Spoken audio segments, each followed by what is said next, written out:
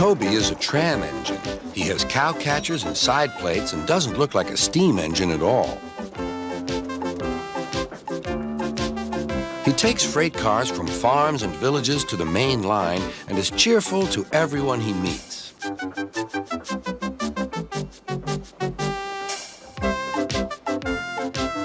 He has a coach called Henrietta who has seen better days. "It's not fair at all," she grumbles, remembering that she used to be full and 9 cars would rattle behind her.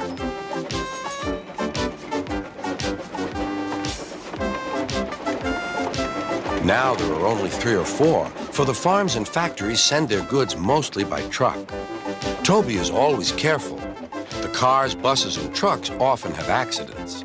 Toby hasn't had an accident for years, but the buses are crowded and Henrietta is empty.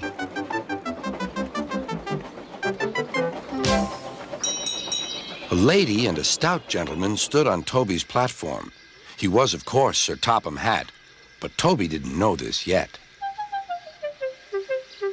"Come on, grandfather," cried the children. "Do look at this engine." "That's a tram engine, Stephen," said Sir Topham Hatt. "Is it electric?" asked Bridget. "Whoosh!" hissed Toby. "Shh," said her brother. "You've offended him." "But trams are electric, aren't they?" "They are mostly, but this is a steam tram." "May we go in it, grandfather, please?" "Stop," said Sir Topham Hatt to the conductor. They all scrambled into Henrietta. "Hip, hip, hooray!" chanted Henrietta. But Toby didn't sing. "Electric indeed, electric indeed," he snorted. He was proud of being a steam train. "What is your name?" asked Sir Topham Hatt. "Toby, sir." "Thank you, Toby, for a very nice ride." "Thank you, sir," said Toby. He felt better now.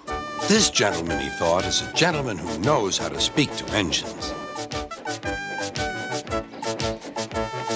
The children came every day for 2 weeks.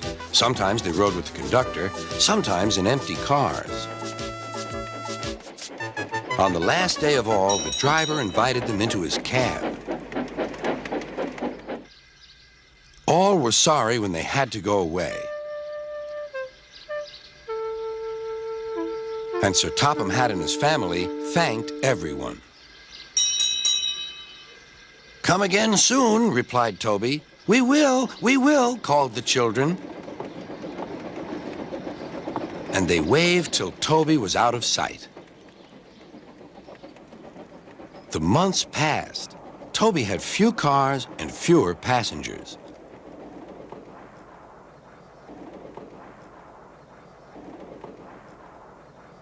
"Our last day, Toby," said his driver one morning. "The manager says we must close tomorrow." That day, everyone wanted the chance of a last ride. The passengers joked and sang, but Toby and his driver wished they wouldn't.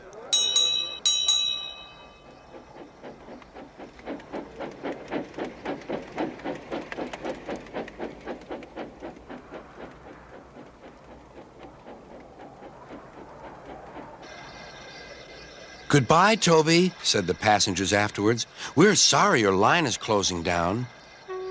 "So am I," said Toby. Nobody wants me, Toby thought, and went unhappily to sleep.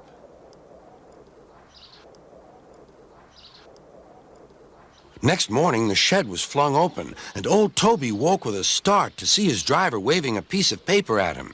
"Wake up, Toby," he shouted excitedly. "The mail has just arrived, and there is a letter for us from the stout gentleman. Maybe it's good news."